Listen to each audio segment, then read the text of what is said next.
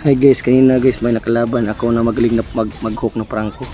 Grabe, tinitipi-tipihan lang kami guys. Yan o, nakuha na yung mids namin. Tapos dito zone lang ako guys. Tapos nakulti ako sa Lord.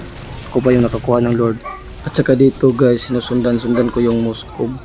Kasi target siya ng prangko.